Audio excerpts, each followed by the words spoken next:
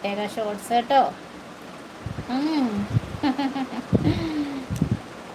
എനിക്ക് വേറെ ആരുടെയും അനിയനാകണ ഇഷ്ടമല്ല. എനിക്ക് കുഞ്ഞേച്ചിയുടെ അനിയനായിരുന്നാൽ മതി. അതാണ് അനിയൻ ഇഷ്ടം.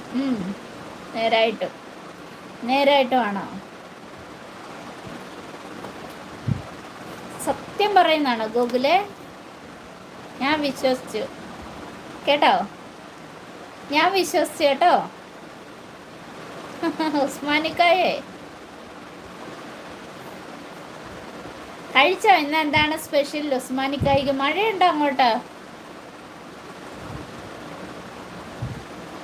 ഗൂഗിൾ സത്യമായിട്ടും എനിക്ക് കുഞ്ഞേച്ചിയുടെ അനിയനായാൽ മതി എന്ന് പറയുന്നുണ്ട്. ഓക്കെ, അനിയനായി കേട്ടോ.